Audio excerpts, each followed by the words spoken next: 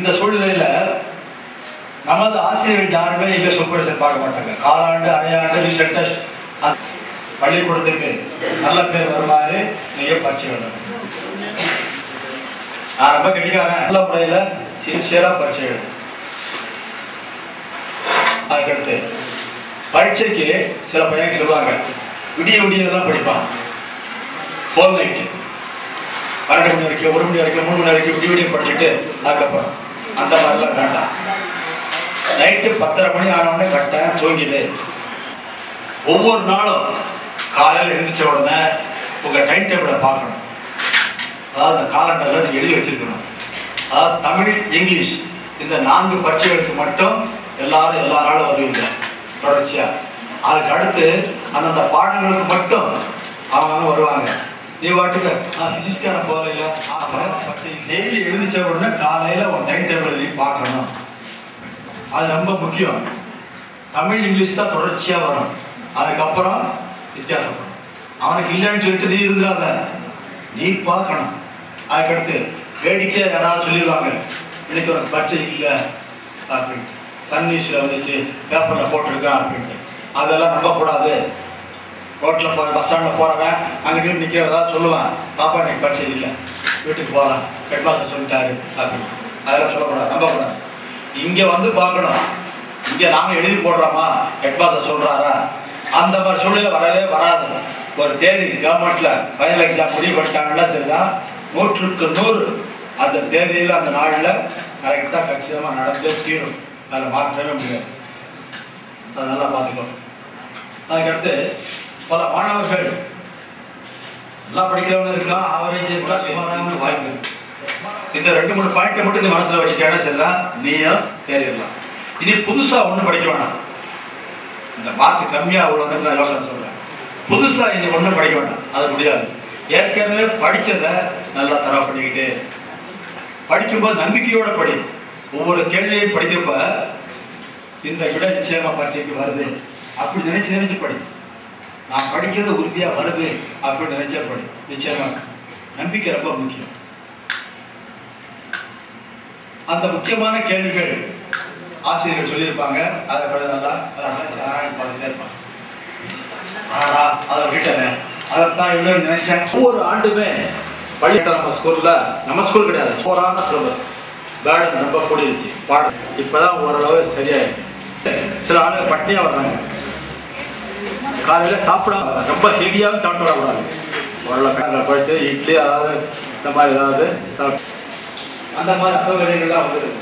அதுக்கடுத்து வெயில் காலமாக இருக்கிறதுனால இந்த அம்மை இந்த மாதிரி நோய்கள்லாம் வரும். உடம்பை பார்த்துக்கணும். பரீட்சையும் முக்கியம், உடம்பையும் பார்த்துக்கணும். ஒரு 5 பேருக்காக பரீட்சை தள்ளி வைக்க மாட்டாங்க, அதே நீங்கள் கவனமாக. அதுக்கடுத்து மார்க் எடுத்தாச்சு, கவலையே படாது. நம்ம ஸ்கூலில் 45 டீச்சர்ஸ் இருக்காங்க, எல்லாருமே எக்ஸ்பர்ட் தான். அவங்க வீடுகள்லையும் குழந்தைகள்லாம் படிச்சிருக்காங்க, படித்து முடிச்சிருப்பாங்க, வேலை பார்க்குறவங்க இருப்பாங்க. நீ அவங்கள்ட்ட வா, சார் நான் இந்த மார்க் எடுத்திருக்கேன், என்னுடைய குடும்ப நிலை வருமானங்கள் இந்த மாதிரி இருக்கு, இந்த மார்க்குக்கு என்ன சார் கிடைக்கும், வேலை வாய்ப்போட தான் யோசனை சொல்லுங்க அப்படின்னு நீ கேட்டீங்கன்னா அருமையாக கவுன்சிலிங் கொடுப்பாங்க. கவுன்சிலிங் அர்த்தம் ஆலோசனை. இன்னது படி, உங்ககிட்ட இந்த திறமை இருக்கு, நீ இதுக்கு போனால் வாழ்க்கையில் நல்லபடியாக வரலாம் அப்படின்னு சொல்லி கரெக்டாக ஞாபகத்தில் இருக்கலாம். ஸ்கூலுக்கு வந்து நாங்கள் இருக்க ஹெல்ப் பண்ணுறோம். அதனால எங்களுக்கு ஒரு நஷ்டமே கிடையாது, எந்த பொருள் நஷ்டம் எதுவுமே கிடையாது. யோசனைகள் தான் சொல்கிறோம். எங்களுடைய உண்மையான நிலைமை, வீட்டு நிலைமை வீட்டையே எழுதி சுத்தமாக தெரியாது ஆன்சர் படிக்கோ, அதை எழுதி எடுத்தவங்க ஒரு தப்பு. அதுக்கு 3 கேள்வி எழுதுறேன், அதுவும் தப்பு. திருத்து வந்து ஒரு பேக் பண்ணுறேன், இந்த ஸ்டூடெண்ட் சரியில்லை. அதனால் என்ன செய்யல, நல்ல தெரிஞ்ச கேள்வி அதுக்குள்ள ஆன்சரை மட்டும் அழகாக எழுதிக்கிட்டே. சரி, இங்கிலீஷ் இந்த மாதிரி இடங்கள்ல அதாவது பெரிய கேள்விகளில் ஆன்சர் எழுதிட்டு போது அடுத்த 2 பேரும் கலந்து போடுறது, அது தெரியல. அந்த இடத்துல கேப் கொடுத்துறாங்க, அதுக்கப்புறம் எழுதுவோம் அப்படின்னு. அந்த இடத்துல நீ கேப் கொடுத்தா என்னாங்க திருத்துறவங்க, நீங்க என்ன கேப் கொடுத்துருக்கான், நீ ஏதோ எழுத போட்டிருக்கீங்க அப்படின்னு சொல்லி அந்த இடத்துல பார்த்தாங்க. அப்படின்னு சொல்லி தெரியுது, எழுதுறேன் கண்டுபிடிக்க.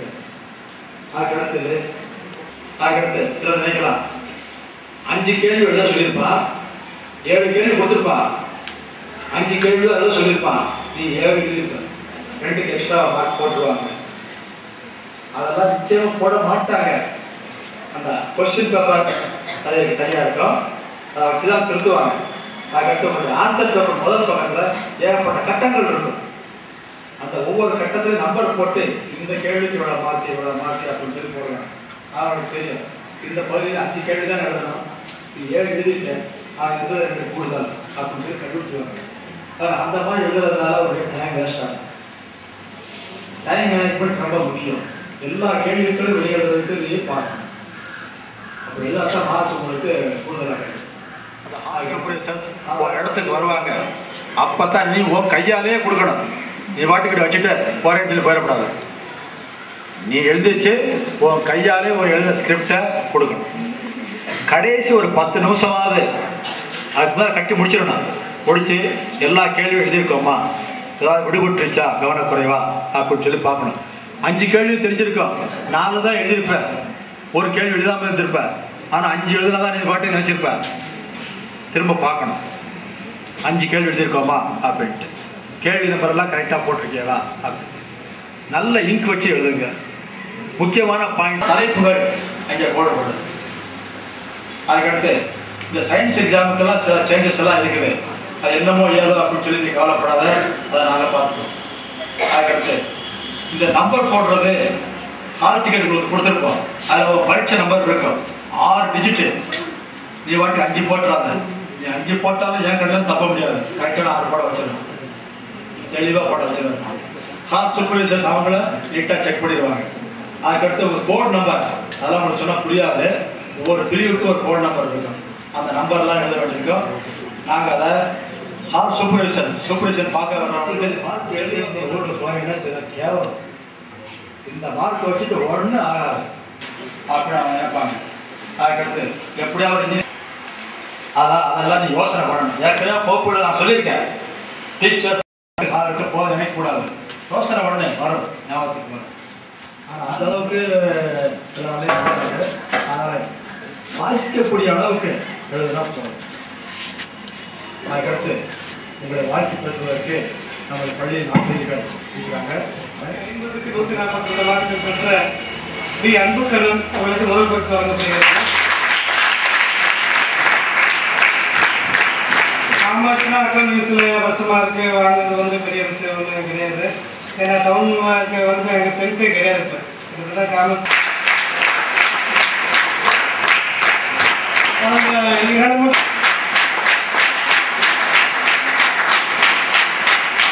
வரக்கூடிய மாணவர் நமது மாணவர்களாக இருக்க வேண்டும் என்ற நம்பிக்கை எனது உரையாற்றுவாங்க என்று நிச்சயமா இன்னைக்கு ஒரு மறக்க முடியாத நாளாக இருக்கும். இந்த மகிழ்ச்சி வந்து உங்களோட வாழ்வில் என்றென்றும் நிலைக்க வேண்டும், நிலைக்கும் என்ற நம்பிக்கை நான் எனது உரையாற்றுவாங்க என்று.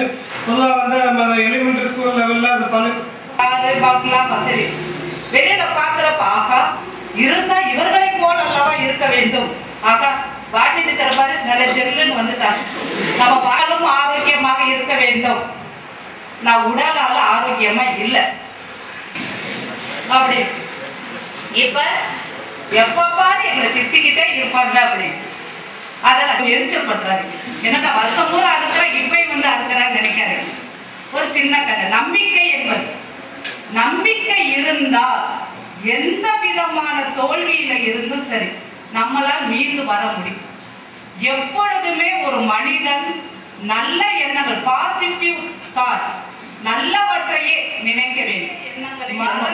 நீ என்ன செய்யணும், நீ எப்படி ஆகணும்னு நினைக்கிறையோ அது நினைச்சுக்கிட்டே இருந்தாலே போதும். கண்டிப்பாக எண்ணங்கள் தான் செயல் வடிவம். நிறைய பேர் புஸ்தகம் எழுதியிருக்கலாம். நான் புஸ்தகம் ரொம்ப ஜாஸ்தி படிக்க மாட்டேன், அது முன்கூட்டியே சொல்லு. அந்த பாட்டியில வேறு தண்டு இளைய தவிர அதிகமா எனக்கு எதுவுமே தெரியாது.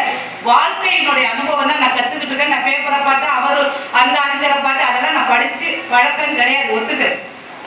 ஆனா எண்ணங்கள் கண்டிப்பாக செயல் வடிவம் செய்யக்கூடாது என்பது எப்போது உனக்கு தெரியும்? உண்மை உனக்கு தன்னம்பிக்கை இருக்க வேண்டும். நம்மளால் தனித்து இருக்க முடியும். அவன் சொல்லுவான், புக் எடுத்து படிச்சா கேள்வி பண்ணுவான். அது சின்ன ஒரு நண்பனை வச்சு நீ தெரிஞ்சுக்கலாம். நிறைய குடிப்பழக்கம் வரும், போதைப் பொருள் பழக்கங்கள், வேற வேற பழக்கம். நிறைய காசு வச்சுக்கவங்க கூட இருந்தாலும் அப்படி வேற இடத்துக்குலாம் எடுத்துட்டு போறோம். காசை கண்டு மயங்காத. நீ என்ன செய்ய வேண்டும்? உன்னுடைய குடும்ப சூழல் உனக்கு தெரியும். நீ என்ன எதுக்காக வந்திருக்கோம் அதை மட்டும் செய். எதுக்காக இப்ப பள்ளிக்கு வந்திருக்கோம்? விவசாயங்கள் இருந்து நீ கண்டிப்பாக மீண்டு வர வேண்டும். நீ மீண்டு வரலை, நான் சகதிக்குள்ள போனது மாதிரி லேச கால எடுத்து வச்சா உள்ள இழுத்துரும். அதனால ரொம்ப ரொம்ப முக்கியம் உன்னுடைய நண்பர்களை தேர்ந்தெடுப்பது. அடிக்கடி நான் சொல்லுவேன் வகுப்பறை, ரொம்ப பசங்களை பார்த்து பார்த்து சப்போஸ் தப்பே செஞ்சானா, உங்க நண்பனே தப்பு செஞ்சானா நல்வழிக்கு கொண்டு வரும். அது கேவலமான ஒரு எண்ணம் என்னன்னா, தோல்வியுற்ற உடனே மனம் கலந்து சூசைடுக்கு போயிடுறது. நிறைய நடக்குது, நிறைய பேப்பர்ல படிக்கிறோம். தேவையில்லை. 70 மார்க் எடுக்கிற இடத்துல 50 மார்க் எடுத்தா உடனே சூசைடா? அதுதான் வாழ்க்கையா? அப்படி என்ன செய்யணும்? தன்னம்பிக்கை. அப்துல் கலாம் சொல்றாரு, நிறைய வரும்போதெல்லாம் டெய்லி அந்த போர்டை பார்க்கிறோம். சாதிக்க பிறந்த சாதனையாளர்களை வாருங்கள். ரொம்ப ரொம்ப பிடிக்கிறவங்க மாணவர்கள் தான். அதே மாதிரி மாணவருக்கு மிகவும் பிடித்த ஒரு பெருந்தலைவர் அப்துல் கலாம் இப்போதைக்கு. அவர்களை ஒரு மாணவராக வச்சுக்கணும். அவர் படாத பாடா, அவர் படாத கஷ்டமா, அவர் எழுதிய அக்னி சிறகுகள் புக்க படிச்சேன்னா கண்டிப்பாக உன்னுடைய கஷ்டமா வெறும் தூள். அவ்வளவு கஷ்டப்பட்டிருக்க. அதனால எந்த கஷ்டத்தை பட்டு நீ தோழாதே. கண்டிப்பாக நல்லா படிச்சிருக்கோம், நல்லா எழுதுவோம். கண்டிப்பாக வாழ்க்கையில் நல்ல முன்னேற்றம் கிடைக்கும் என்று நம்பி வாழ்த்தி வழி அனுப்புகிறேன். அடுத்தபடியாக இயற்பியல் ஆசிரியர் திருமதி ஜெயசுந்தரி அவர்கள். குழந்தைகளே, நாங்கள் அனைவருமே சொல்ல வேண்டிய கருத்துக்களை பல முறை வகுப்பில் சொல்லிவிட்டோம். பரீட்சையை பொறுத்தவரை உங்களுக்கு புதிதாக சொல்லக்கூடிய கருத்துக்கள் எதுவும் இல்லை. அனைவருமே எந்த நிமிஷத்தில் முந்தின நாள் நைட்டு காலையில் எந்திரிச்சு என்ன செய்யணும், எப்படி சாப்பிடணும், எப்படி சிந்திக்கணும், எப்படி மனசை அமைதியாக வச்சுக்கணும், எவ்ரிதிங் எல்லாமே உங்களுக்கு தெளிவாக சொல்லப்பட்டு விட்டது. உங்களுக்கு இன்னும் ஒன்று இருக்கும், நீங்களே சிந்தியுங்கள், நீங்கள் மிக பெரியவர்கள், அதாவது ஒதுக்கணும், எல்லாமே உங்களுக்கு சொல்லப்பட்டு விட்டது. அது மாதிரி நிதானமாக சிந்தித்து செயல்படுங்கள். ஆசிரியர்கள் சொன்ன அனைத்தையும் மாணவர்கள் சூழ்நிலையால் பாசிட்டிவாக பாதிக்கப்பட்டு உயர்ந்த நிலைக்கு வந்த மாணவர்கள் அனைவரையும் நாங்கள் பார்த்திருக்கிறோம். அதன் அடிப்படையில் ஆரம்ப காலத்திலிருந்து உங்களுக்கு அறிவுரைகள் சொல்லியிருக்கிறோம். ஆசிரியர்கள் ஏற்கனவே சொன்ன மாதிரி உங்களுடைய மதிப்பெண்கள் மற்றும் பெர்ஃபார்மன்ஸ் கிரெடிட் இது மட்டுமல்ல, நேர் வழியில் இருக்க வேண்டும். அவ்வாறு நேர் வழியில் செல்லும் பொழுது சிறிது கஷ்டங்கள், ஐயோ இந்த நேரான வழியில் போனதுனால தானே இந்த கஷ்டம், மாற்று வழி ஒன்று இருக்கு. ஆசிரியர்களுக்கும் ஆசிரியர் பெருமக்களுக்கும் மாணவர்களுக்கும்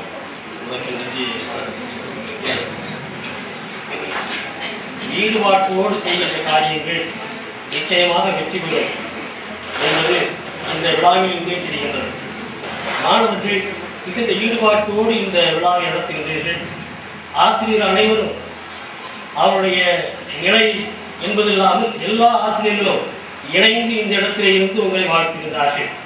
இந்த ஈடுபாடு என்பது வெற்றிக்கு அறிகுறியாக அமைகிறது. எல்லா ஆசிரியர்களும் உழைப்பாலும் அதே நேரத்தில் ஒழுக்கத்திலும் சிறந்த ஆசிரியர்கள் உங்களிடத்திலே அறிவை போதித்திருக்கின்றார்கள். நிச்சயமாக அவருடைய உழைப்பு அவர்களுடைய திறமையும் உங்களிடத்திலே இருக்கும். உங்களிடத்தில் இருக்கின்ற அந்த திறமை நிச்சயமாக தேர்விலே வெளிப்படும். அவ்வாறு வெளிப்படும் பொழுது நீ இந்த உலகத்திற்கு உன்னதமான ஒரு பிரஜையாக நீ நிச்சயமாக வருவாய் என்ற நம்பிக்கை எங்களுக்கு முழு அளவிலே இருக்கின்றது. ஆகவே மாணவர்களாகி நீங்கள் ஈடுபாட்டோடு கல்வியிலே நீங்கள் உங்கள் மனதை செலுத்தி ஈடுபட்டால் நிச்சயமாக இந்த பள்ளிக்கு பெருமை சேர்ப்பீர்கள் என்ற நம்பிக்கை எங்களுக்கு இருக்கின்றது. எல்லா பிரிவு மாணவர்களுக்கும் வேலை வாய்ப்பு இருக்கின்றது. பொருளியல் பாடம் படித்தவர்களுக்கு வேலை இல்லையோ என்ற அச்சப்பாடு வேண்டியதில்லை. பல்கலைக்கழகங்கள் இப்பொழுது பட்டதாரி ஆசிரியர்களுக்கும் வேலை வாய்ப்புக்கு ஏற்ற சந்தைகளை நடத்துகின்றார்கள். ஆகவே உங்களுக்குரிய வேலை வாய்ப்பும் பிரகாசமாக இருக்கின்றது. ஆகவே படிப்பிலே தொய்வடைய வேண்டாம். அதிக மதிப்பெண்கள் எடுப்பதற்கு ஏற்ற ஒரு சூழ்நிலையை வளர்த்துக் கொள்ளுங்கள். மூளையுடன் சேர்ந்த அறிவு மிக மிக அவசியம். உடல் உழைப்பு என்பது ஒரு காலத்தில் தேவைப்பட்டது. இப்பொழுது உழைப்பு மூளையோடு சம்பந்தப்பட்டதாக மாறிவிட்டது. ஆகவே மூளையோடு சேர்ந்த அந்த அறிவை பெற வேண்டும் என்றால் ஈடுபாட்டோடு நீங்கள் கல்வியில் மனதை செலுத்தினீர்கள் என்றால் நிச்சயமாக முன்பு குறிப்பிட்டது போல இந்த பள்ளிக்கு பெருமை சேர்ப்பீர்களாக அமைவீர்கள் என்று கூறி இந்த வாய்ப்பிற்கு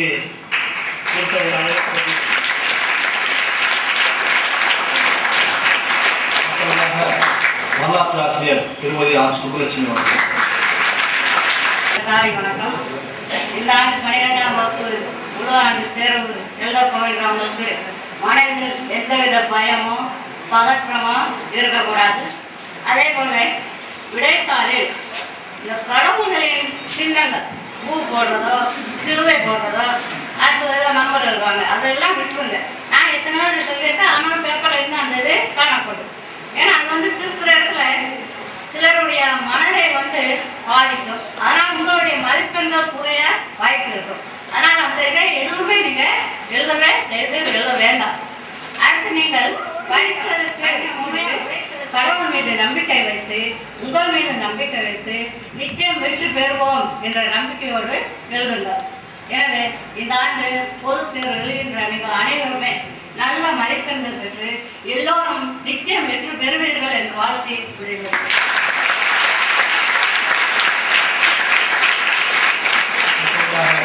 கணித ஆசிரியர் திருமதி ஜெகநாதா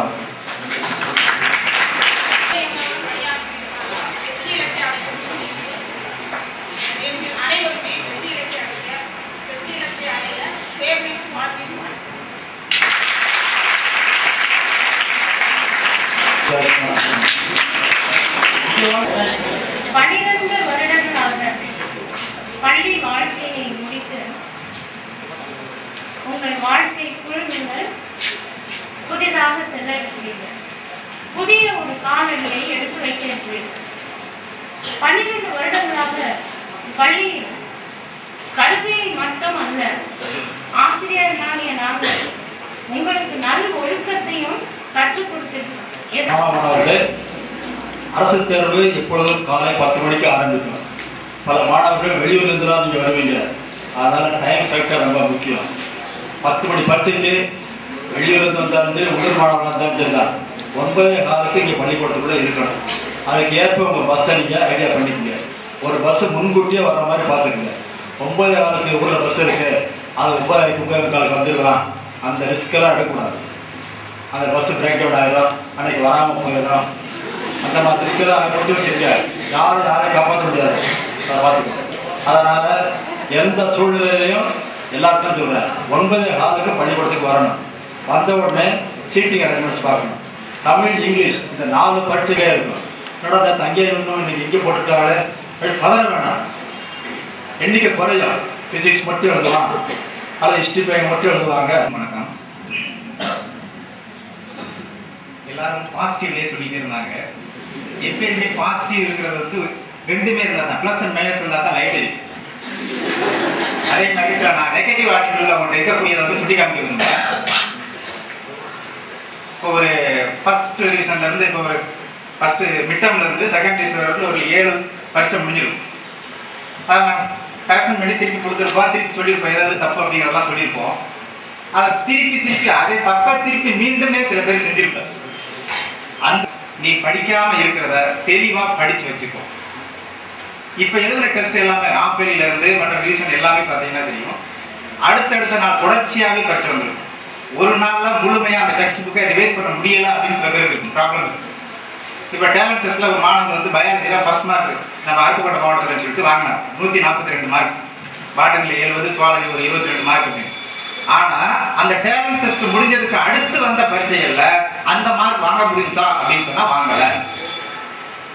காரணம் என்ன அப்படின்னு சொல்லி பார்த்தா சில ரீசன் இருக்கு. எய்ம் பண்ணது என்ன இருக்கு, அன்னைக்கு முடிவா இருக்கும், இன்னைக்கு வந்து மாறி இருக்கு. MBBS போகணும்னு நினைக்கிறவங்களுக்கு சொல்லுவோம், ரொம்ப நாளா படிக்காம இருந்ததை திருப்பி ரிவைஸ் பண்ணி நாங்கள் வந்து சொல்லி நடத்திருப்போம். இப்போ என்ன கொஸ்டின் ரிப்பீட்டடா வரப்போகுது அப்படிங்கிறது வந்து எத்தனையோ முறை கொஸ்டின் சேஞ்ச் பண்ணணும். 50 உண்மை கொஸ்டினாக 30 உண்மை கொஸ்டினாக இப்படிலாம் மாறி மாறி நிறைய மாற்றத்துக்கு ஏற்படும். இப்போ கடைசியில் ஒரு முடிவுக்கு வந்துருக்கு. அந்த இதுல 200க்கு 200 பயாலஜியில் வாங்கினால் 1000 ரூபாய். அதாவது சங்கத்து இது எல்லாம் இதெல்லாம் சொன்னாங்க, முதன்மை மார்க் வாங்கிருக்கு. அதே மாதிரி பாடத்தில் முதன்மை மார்க்கு 200க்கு 200 வாங்கினால் 1000 ரூபாய். எத்தனை பேர் எடுத்தா 200க்கு 200 ஒரு ஆள் எடுத்தா தான் பண்ண கிடையாது. எத்தனை பேர் எடுக்கிறியோ அத்தனை பேருக்கும் 1000 ரூபாய். ஆனால் எனக்கு பிரிச்சு கிடையாது. இந்த டீ இது எல்லாம் போட்டீங்கன்னா ஒரு குறிப்பிட்ட எத்தனை பேர் இருக்காங்கன்னா அது பிரிச்சு தரும்னு சொல்லுவாங்க, அப்படி கிடையாது. காலையில் ஆரம்பித்தோம், அதேமா கடைசியாக பேசும்போதெல்லாம் மாலை வணக்கம் சொல்கிற மாதிரி வரும்னு நினைக்கிறேன். மாணவர்களாகிய அவங்களுக்கு ஏராளமான அறிவுரைகளை இருக்கிறார்கள். உண்மையிலேயே அந்த அளவுக்கு திறமையான ஆசிரியர்கள் நிச்சயமா சந்தேகமே கிடையாது. வேற எந்த பள்ளிக்கூடத்துலையும் தமிழ்நாட்டில் என்னால் சவால் கூட விட முடியும். பல பள்ளிக்கூடத்தில் நான் போயிருக்கேன். எந்த பள்ளிக்கூடத்திலையும் இந்த மாதிரியான ஆசிரியர்களை நீங்கள் பார்க்கவே முடியாது. நுட்பத்தை நீங்கள் நன்றாகவே பயன்படுத்தி கொண்டீர்கள். அதனால் பரீட்சை முடிகிற வரைக்கும் ஹாட் ஸ்டாப் செமிக்க முடியாத உணவு பதார்த்தங்களை வந்து கண்டிப்பாக தவிர்த்துங்க. அதே மாதிரி சில ரிஸ்க் கேம்ஸ் அதை வந்து நேரம் கிடைக்கும்போது விளையாட வேண்டாம். போன வருஷம் ஒரு 11வது பையன் வந்து அந்த மன வலிமை வேணும். இப்போ வந்து ஒரு பெஞ்ச் இருக்குது, அந்த பெஞ்ச் மேலே ஏறி நடந்து போனால் ஈஸியாக நடந்து போயிடலாமா? எல்லாரும் போயிருவீங்களா? இந்த பெஞ்சில் ஏறி அப்படியே கீழே இறங்கணும்னா முடியுமா? கீழே விழுத வாய்ப்பு இருக்கா? இல்லை. ஒரு 10 மாடி கட்டிடங்கள் இருக்கு இல்லையா, 2 10 மாடி தான். இந்த பக்கம் ஒரு 10 மாடி, அந்த பக்கம் 10 மாடி. அங்கே இந்த பழைய போட்டு நாடகங்கள் நடந்துவீங்களா? ஏன் முடியாது? இப்ப நடந்துவீங்க. பயம். இந்த பயம் இருக்கக்கூடாது. ஒரு வாரத்துக்கு முன்னால ஈவினிங் வந்து பந்தோடியில சாயந்தரம் போயிட்டு இருக்கும்போது ஒரு சிறு குழந்தை வந்து ஒரு கயிற்றுல நடந்து போன நிகழ்ச்சியை பார்த்தேன். பலர் பார்த்துக்கலாம். நீங்க ஒரு சிறு குழந்தை வந்து ஒரு 10 அடி உயரத்துல ஒரு கையில நடந்து போகுது. எப்படி நடந்து போகுது? அதனால போக முடிஞ்சது மன வலிமை. டீச்சர் சொன்ன மாதிரி தோல்விங்கிற நினைப்பே இருக்கக்கூடாது. தோல்வி அடைந்து விடுவோமோ, தேர்வு நன்றாக எழுத முடியாத நிலை வந்து விடுமோ, தெரியாத கேள்வி வந்து விடுமோ, இந்த பயமே இருக்கக்கூடாது. தோல்வி என்ற பயம் இருக்கக்கூடாது. வெற்றி வெற்றி வெற்றி அந்த சிந்தனை தான் இருக்கணும். அந்த மாதிரி உங்களுடைய மனதை வலிமையாக்கிக் கொள்ளுங்கள். அடுத்து பொதுநலம். நீங்க நிச்சயமா வந்து அத்தனை பேரும் பாஸ் பண்ண போறீங்க. நல்ல மார்க்கோட, சந்தேகம் கிடையாது. எனக்கு சந்தேகம் கிடையாது. நிச்சயமாக 225 மாணவர்களும் நல்ல மதிப்பெண்களோடு வெற்றி அடைய போகிறீர்கள். 226 மன்னிக்கும் 226 மாணவர்கள் நிச்சயமாக வெற்றி அடைய போகிறீர்கள். இப்ப எதிர்காலத்துல நிச்சயமாக 226 மாணவர்களும் சிங்க நடை போட்டு சிகரத்தில் ஏற போகிறீர்கள். என்னுடைய அட்வைஸ். ஒரு சிறு கதையை மட்டும் சொல்லிக்கொண்டு முடிகிறேன். சொர்க்கம் நரகம் இதை நீங்க கேள்விப்பட்டிருப்பீங்க, பார்த்துக்க மாட்டோம். ஆனா நம்ம சொல்லுவோம் சொர்க்கமாய் இருக்குன்னா நமக்கு தெரியாது. சொர்க்கத்துக்கு போனா தான் தெரியும். அதே மாதிரி நரக வேதனை சொல்லுவோம். நரகத்தை நம்ம பார்த்தது கிடையாது. நரக வேதனை நரகத்துக்கு போகாமலேயே, சொர்க்கத்திற்கு போகாமலேயே நம்ம சொர்க்கம் நரகம் நான் பேசுறோம். அந்த மாதிரி ஒருத்தர் வந்து உண்மையிலேயே சொர்க்கத்துக்கு போக வேண்டிய நிலைமை இறந்து விட்டு, அப்ப அவருக்கு சொர்க்க வாசலுக்கு முன்னாடி போய் ஒரு சின்ன அவருக்கு ஒரு ஆசை, நரகத்துல போய் என்ன நடக்குதுன்னு பார்த்துருவோமே அப்படின்னு சொல்லி யமதர்மன்ட்ட பெர்மிஷன் கேட்காரு. இந்த நரகத்தை போய் நான் போய் பார்க்கணும் அப்படின்னு சொல்லி பெர்மிஷன் கேட்காரு. அப்படியா, சரி ரைட்டு சொல்ல. ஒரே அழுகை. ஏன்னா முன்னால அந்த நரகத்துல அந்த நரகப்பட்டியல யாராவது வெஜிடபிள் பிரியாணி இருக்குது, கோழி பிரியாணி இருக்குது, மட்டன் பிரியாணி இருக்குது, ஆம்லேட் இருக்குது, புரோட்டா இருக்குது, என்னென்ன பதார்த்தங்கள் நமக்கு வேணுமோ அது எல்லாமே இருக்குது. ஆனா ஒரு கண்டிஷன் போட்டார் யமதர்மராஜா, இதெல்லாம் நீங்க சாப்பிடணும்னா அவர் ஒரு கரண்டி கொடுத்துருக்காரு. அந்த கரண்டி வச்சு தான் சாப்பிடணும்னு. அந்த கரண்டி வந்து இவ்வளவு நீளத்துக்கு இருக்குது, இவ்வளவு நீளத்துல உள்ள அந்த கரண்டியை வச்சு தான் சாப்பிடணும்னு கண்டிஷன் போட்டார். சாப்பிட முடியுமா? அதை எடுத்துறாங்க, வாய்க்குள்ள போட முடியல. எப்படி போட முடியும்? போட முடியல. சரி ரைட், முடிஞ்சு. ஆகா இதுதான் நரகம் தானா? சரி ரைட் ரைட். அப்போ அவருடைய அந்த பகுதி சொர்க்க வாசல் இருப்பாரு. அங்க போனா ஒரே சந்தோஷமா இருக்காங்க. எப்படி? ஒருத்தருக்கு ஒருவர், இவர் அவருக்கு கொடுக்க, அவர் இவருக்கு கொடுக்க. அந்த மாதிரி அந்த ஒருவருக்கு ஒருவர் உதவி செய்ததால் அவங்க எங்க போனாங்க? அந்த உதவி செய்ய மனம் இல்லாதவர்கள் எங்க போயிட்டாங்க? அப்பயும் கூட அவனுக்கு வந்து செத்ததுக்கு அப்புறம் கூட இப்படி செய்வோங்கிற சிந்தனை வரல. பாத்தீங்களா? அந்த ஒருவருக்கு ஒருவர் உதவி செய்யும் மனப்பாங்கை நீங்கள் வளர்த்து கொள்ள வேண்டும் என்று.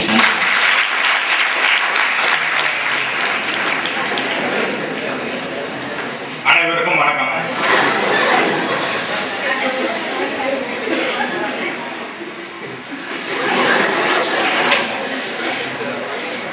ஆளப்போகிறவர்களே, அப்துல் கலாம் சொன்ன மாதிரி கனவு காணுங்கள். கனவு வந்து நல்ல கனவா இருக்கணும். அதை பூரா நீ அப்பதான் என்ன செய்யற, அந்த பருவத்தெல்லாம் செய்ய நினைக்கிற உன் மனசு தூண்டும். அதான் உனக்கு ஆவல் இருக்கும்.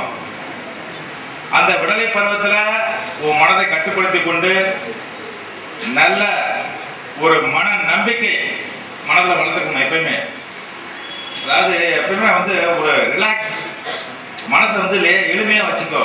ரொம்ப வந்து இறுக்கமா வச்சுக்கிற பரிசு நேரங்களில் வந்து ரொம்ப டெடிஸாக அதிக நேரம் படிக்கிறது களைப்பாக இருக்கிறது அது மாதிரி அதாவது வழக்கமாக செய்கிற பணியை வந்து நாளும் ஒவ்வொரு நாளும் பள்ளிக்கூடத்தில் நான் பாடங்களை நடத்தும் பொழுது அன்னன்னைக்கு படிச்சுன்னு சொன்னால் பரிசு நேரங்களில் வந்து அவ்வளோ டென்ஷனாக இருக்க வேண்டிய அவசியம் இல்லை. அன்றாடம் வந்து நீ படிச்சிருக்கணும். அன்றாடம் படிச்சுன்னா ரொம்ப ஈஸி.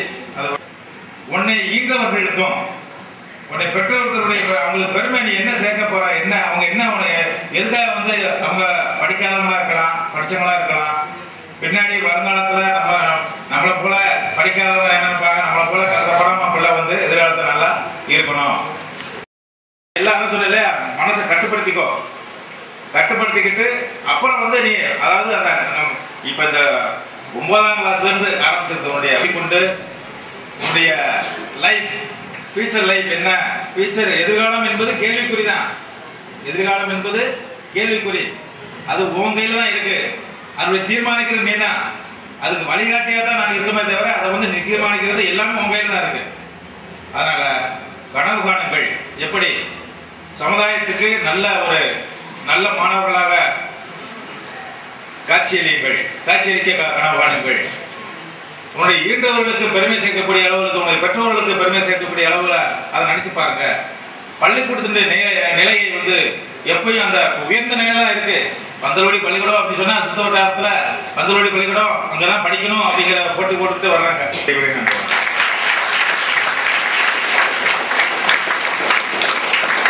யோசனைகள் அடுத்தடுத்து சொல்லிக்கொண்டே இருக்கிறோம். அதனால தேர்வு 2ஆம் தேதி ஆரம்பிக்குது. கடைசி 3 நாள் இருக்கிறப்ப அதில் முதல் ஒரு 1.5 நாள் தமிழ் செகண்ட் பேப்பர் படிங்க. என்னுடைய சஜஷன் என்னுடைய எக்ஸ்பீரியன்ஸ் வச்சு நான் சொல்கிறேன். கடைசி 3 நாளில் முதல் 1.5 நாள் தமிழ் செகண்ட் பேப்பர் படிங்க. கடைசி ஒரு 2 நாள் மட்டும் படிக்கணும். அதை பிரமாதமாக எழுதி வச்சுக்கோங்க. தமிழ் ஃபர்ஸ்ட் செகண்டு அதுக்கப்புறம் இங்கிலீஷ் தொடர்ச்சியாக இருக்கணும். அதையும் முன்கூட்டியே படித்து வச்சுருக்கணும். பிளானிங் ரொம்ப முக்கியம். சில பரீட்சைகளுக்கு 4 நாள் டைம்லாம் இருக்கும். அதெல்லாம் அந்த டைத்தில் படிச்சுங்க. அதெல்லாம் முன்கூட்டியே படிக்க வேண்டாம். அதெல்லாம் நீ ஐடியா பண்ணிக்கணும். உங்களுக்கு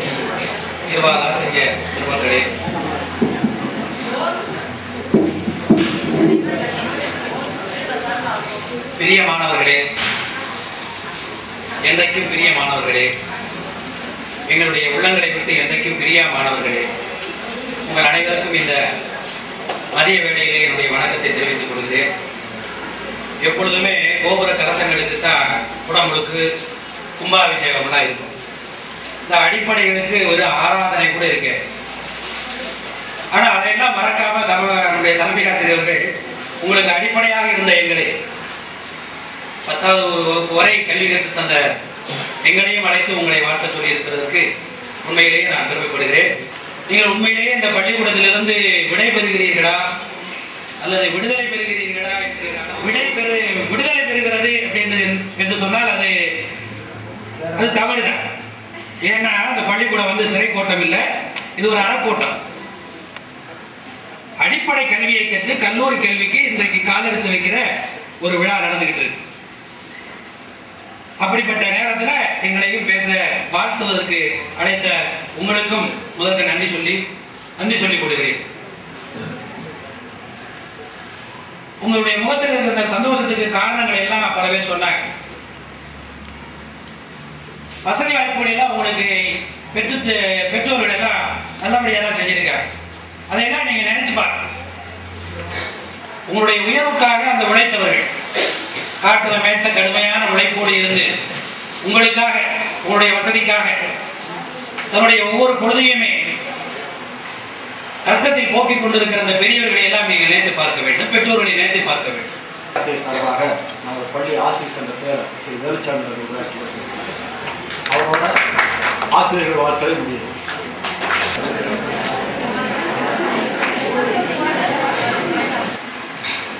இன்பால் ஆசிரியர் பெருமக்களே, அமர்ந்திருக்கும் அன்பு செல்வங்களே, உங்கள் அனைவருக்கும் ஒரு வணக்கத்தை தெரிவித்துக் கொள்கிறேன். நல்ல தேர்ச்சி, சிறந்த தேர்ச்சி, உயர்வான தேர்ச்சியை பெற முடியும். உங்கள் எதிர்கால வாழ்க்கை நிச்சயமாக அமைதியான, நிம்மதியான, மகிழ்ச்சியான வாழ்க்கை அமையும். நீங்கள் உயர்ந்த தேர்ச்சி பெறுகின்ற நேரத்தில் எதிர்கால உயர்கல்விக்கு இது அடிப்படையாக அமையும். நீங்கள் உங்களை பார்க்கும் பொழுது, இன்றைய சூழ்நிலையில் உங்களை பார்க்கும் பொழுது நிச்சயம் 100% தேர்ச்சி வரும் என்ற ஒரு எண்ணம் எங்களுக்கு ஏற்பட்டுவிட்டது. அது உங்கள் கையில் தான் இருக்கு. எங்களுடைய எண்ணங்கள், நம்ம கிராம பொதுமக்களுடைய எண்ணங்கள், நம்ம பள்ளியின் உயர்வு, பள்ளியின் பெருமை, பந்தலுடைய கிராமத்துடைய உயர்வு எல்லாமே உங்கள் கையில் தான் இருக்கிறது. ஏன் கண்ணில் கண்ணீர் வரும்? இந்த பிரிவு இந்த நட்பு பாசத்தை நம்ம எப்போ காட்டணும்னா, பிற்காலத்தில் நம்ம நண்பர்களுக்கு உதவி செய்ய வேண்டும். எடுத்துக்காட்டா சாதாரண 60 மார்க் எடுத்துருப்போம், ஆனால் மாதம் 1 லட்சம் ரூபா சம்பளம் எடுத்துருப்போம். 1000 மார்க் எடுத்துருப்பாங்க, 5000 ரூபா சம்பளம் வாங்க முடியாமல் வாங்கிருப்பாங்க. அந்த சமயத்தில் மாணவர்கள் நம்ம நண்பர்களுக்கு அந்த நேரத்தில் திறமை இருந்தும் அவங்களுக்கு சார் சொன்ன மாதிரி நம்ம இந்த பள்ளிக்கூடத்தில் படிச்சிருக்கிறதுக்கும் ரொம்ப கொடுத்துருக்கோம். இந்த மாதிரி ஆசிரியர் மிக நல்லா பழகி ஆசிரியர்களோட இந்த பள்ளிக்கும் படிக்கிறது நம்ம கொடுத்துட்டு இருக்கணும். அப்புறம் இந்த பள்ளிக்கு நம்ம நம்மளுடைய பெற்றோர்களும் இந்த பள்ளியெல்லாம் படிச்சிருப்பாங்க, நம்மளும் இந்த பள்ளியெல்லாம் படிச்சிருக்கோம், நம்மளுடைய தம்பி தங்கையிலும் படிச்சிருக்காங்க, இன்னும் படிக்க போறாங்க. இந்த பள்ளிக்கும் பிற்காலத்தில் நம்ம நல்லது செய்ய வேண்டும். டீச்சர்ஸ் சொன்ன மாதிரி நம்பிக்கை நமக்கு மிக முக்கியம். நம்பிக்கை மிக முக்கியம். பாரதி டீச்சர் மாதிரி நம்பிக்கை மிக முக்கியம். வரலாறு டீச்சர் சொன்ன மாதிரி கடவுள் மீது நம்பிக்கை முக்கியம். எடுக்கிற ஒரு சின்ன கதை சொல்லியிருக்கேன் சார். ஒரு ஊர்ல ஒரு பெரிய ராஜா இருக்காரு. அவருக்கு எவ்வளவுதான் சொத்து மதிப்பு அவருக்கே தெரியல. கணக்கெடுக்க முடியாத சொத்து இருக்கு, ஆனா அவருக்கு மீது கடவுள் மீது நம்பிக்கை இல்லை. கடவுள் மீது நம்பிக்கை இல்லை. ஆனா அவருக்கு எவ்வளவு சொத்து இருக்குன்னே தெரியல. ஒரு நாள் கொடைக்கானல் மாதிரி இந்த மலைப்பகுதியில் பயணம் பண்றாரு, ஜீப்ல நைட்டு பயணம் பண்றாரு. லைட்டோட பல்ப் பீஸ் எடுத்துருக்கு. அதோடைய டிரைவருடைய கண்டிஷன் வண்டி கடன் பறந்துருக்கு. மலையில பறந்த உடனே ராஜா குதிச்சு மர கிளையை பிடிச்சு தொங்குறாங்க.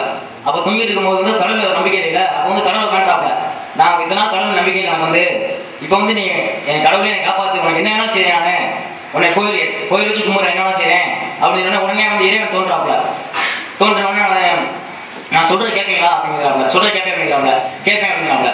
அப்ப அந்த மரத்து கீழே விடு அப்படிங்கிறாப்ல. உடனே அதுக்கு அந்த ராஜா சொல்றாப்ல, அதுக்கு வேற இழிச்சாங்க பாரு அப்படின்னு சொல்லிக்கிறாப்ல. உடனே இழிச்சாங்க பாரு சொன்ன உடனே தொங்கிக்கிட்டே இருக்காப்ல. காலையில 6 மணிக்கு விடியுது. விடிஞ்ச உடனே அவருடைய கைகள்லாம் சரியான வீக்கா இருக்கு. ஆனா வீக்கா உடனே கீழே பாக்குறாரு, அவருடைய கால்களுக்கும் தலைக்கும் 2 அடி தான் இருக்கு. 2 அடி தான், 2 ஸ்கேல் இருக்குல்ல, 2 அடி தான் இருக்கு. இதே மாதிரி நம்பிக்கையும் கடவுள் மீது நம்பிக்கையும் வேணும். அதே மாதிரி பிரேயர்ல ஒரு நாள் சார் சொன்னாரு, விழுவது தவறம் இல்லை, விழுந்து எழுவதுதான் அறிவு. போச்சே என்று அப்படி போயிட்டே இருக்கக்கூடாது. மறுபடியும் என்ன நடக்க போதும் அதை நம்ம அதுக்கப்புறம் செய்யணும் என்று முடித்து கொள்கிறேன்.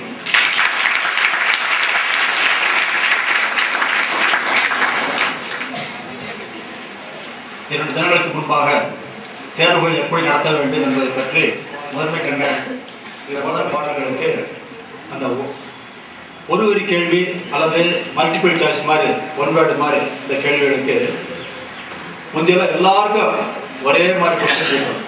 இப்போ ஏபி அப்படின்னு சொல்லி இது வரைக்கும் சொல்லாத ஒரு கருத்து இப்போதான் புதுசாக சொல்கிறாங்க.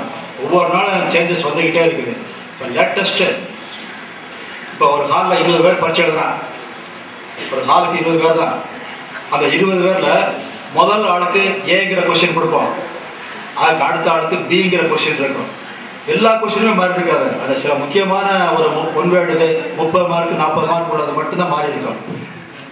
அதனால அவனுக்குள்ள இங்கே இருக்கு அப்படின்னு சொல்லி பார்த்து செஞ்சுட்டாங்க, ரொம்ப போயிடும். கம்ப்ளீட்டாக மாறி இருக்கு. அந்த இது உங்களுக்கு இன்ஸ்ட்ரக்ஷன் சொல்லுவாங்க. அந்த ஆன்சர் பேப்பரில் அந்த சின்ன ஒரு நோட்டீஸ் மாதிரி இருக்கும், ஃப்ளை லீவ் அப்படின்னு சொல்லுவாங்க. எல்லாருமே பிரிஞ்சு போகிறோம்னு நினைக்கிறீங்க. யாருமே பிரிய வேணாம், எல்லாருமே ஒன்றா தான் எப்பயுமே இருக்கும்.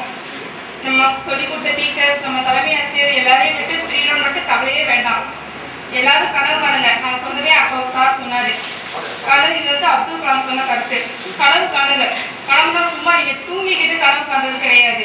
ஒவ்வொருக்கும் இப்போ எல்லாத்துக்குமே ஒரு லட்சியம் இருக்கணும், இந்த வேலைக்கு போகணும், இந்த மாதிரி தான் இருக்கணும்னு.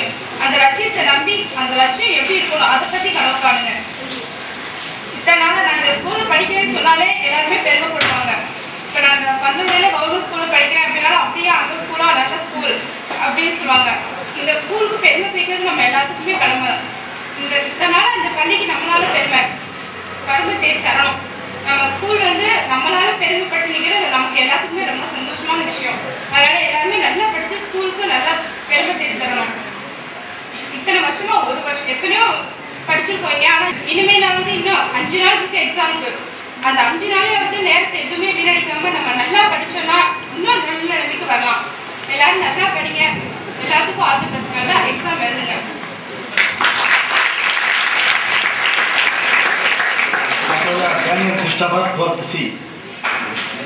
சிறிதுமின்றி பொருளாதாரம் சிறிதுமின்றி வாழ்நாள் முழுவதும் உழைத்த மதிப்புக்குரிய தலைமையாசிரியர் அவர்களுக்கும்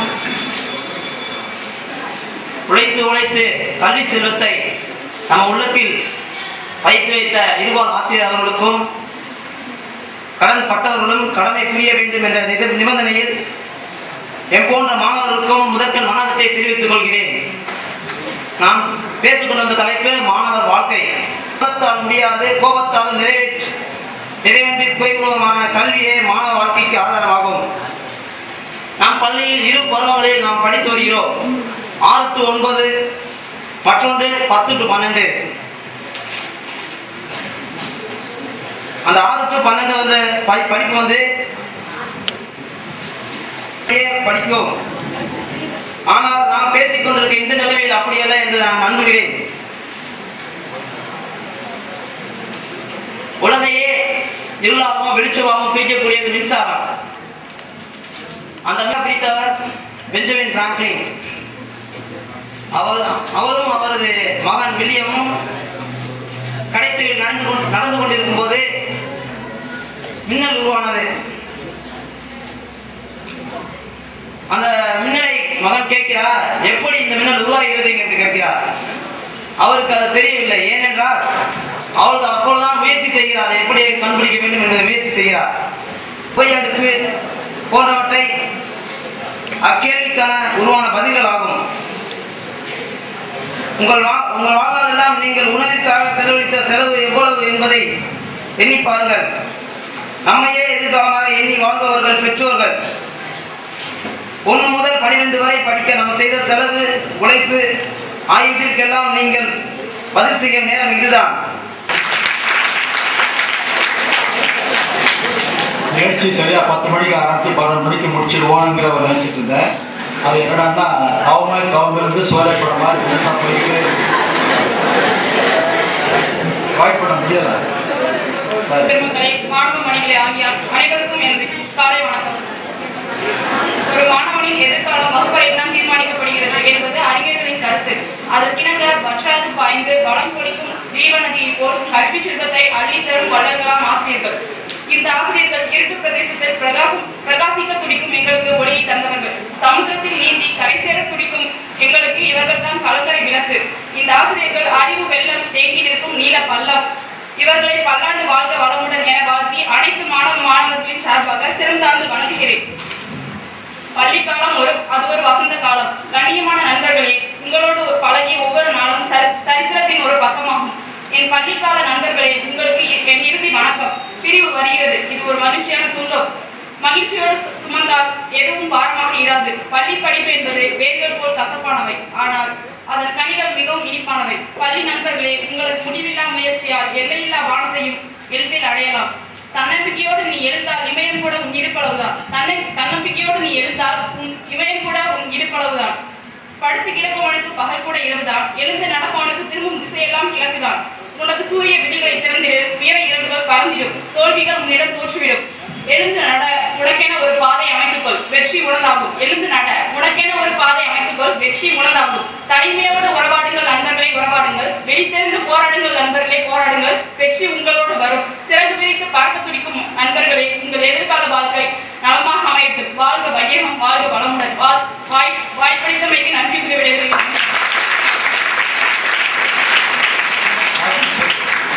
What is very close to you? தலைமை ஆசிரியர்களுக்கும் எங்களுக்கு பாடம் கற்பித்த எங்களுக்கு ஊக்கப்படுத்திய எங்கள் ஆசிரியர்களுக்கும் முதற்க நன்றியை தெரிவித்துக் கொள்கிறேன். இத்தனை நாள் நம்ம படிச்சிருக்கோம், நமக்கு எவ்வளவோ அறிவு நல்லது செஞ்சிருக்காங்க. ஆனா அடுத்த நம்ம அவங்களுக்கு பெருமை சேர்க்கிறது என்னன்னா நம்ம 12th நல்ல ரிசல்ட் கொடுக்கணும். அது நம்மளோட கடமை. அதை நம்ம எடுப்போன்ற உறுதி வச்சு மாணவ சார்பா நான் ஆசிரியர்கள் தெரிவிச்சுக்கிறேன். இதோட நம்ம நன்றி தெரிவிக்கிறேன்.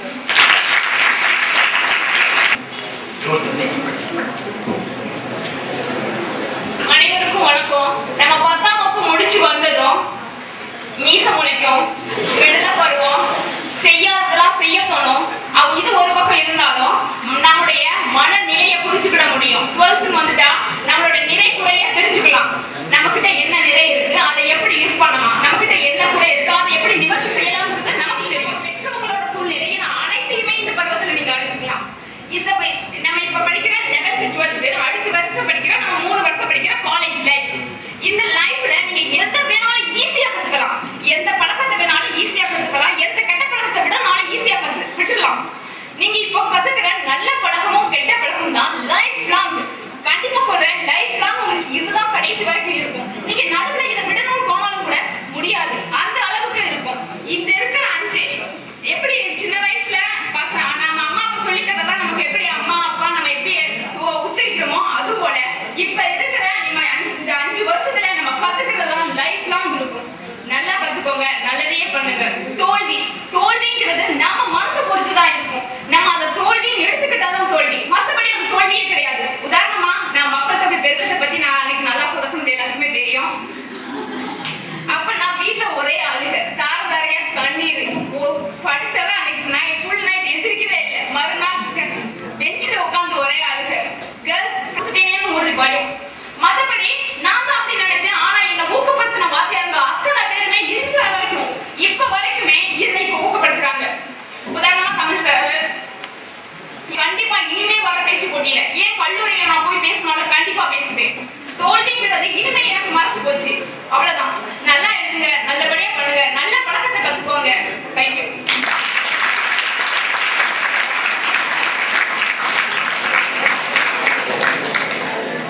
வரையறுப்பு விழா நிகழ்ச்சி சிறப்பாக நடந்து முடிந்திருக்கிறது. 12ஆம் வகுப்பு மாணவ மாணவிகளே, உங்கள் அனைவருக்கும் இன்று முதல் ஸ்டடி லீவ். இன்னைக்கு இருந்து உங்களுக்கு ஸ்டடி லீவு. நீங்கள் அடுத்த டைரக்டாக பரீட்சை அன்னைக்கு 2ஆம் தேதி காலையில் 9:30 மணிக்கு பள்ளிக்கூடத்துக்கு வந்துடணும். உங்களுடைய நேரத்தை வீணாக்க வேண்டாம் என்று மறுபடியும் கேட்டுக்கொள்கிறேன். தலைமை ஆசிரியர் அவர்களுக்கும் நிர்வாக ஆசிரியர் பெருமக்களுக்கும் சகோதர சகோதரிகளுக்கும் ஆண்டு நிறைவு விழாவின் முதல் வணக்கத்தை தெரிவித்துக் கொள்கிறேன். இந்த ஆண்டு நிறைவு விழாவில் தலைமை ஆசிரியர் மற்றும் பல ஆசிரியர்கள் பல நல்ல கருத்துக்களை தெரிவித்தனர். அந்த ஒவ்வொரு கருத்துக்களையும்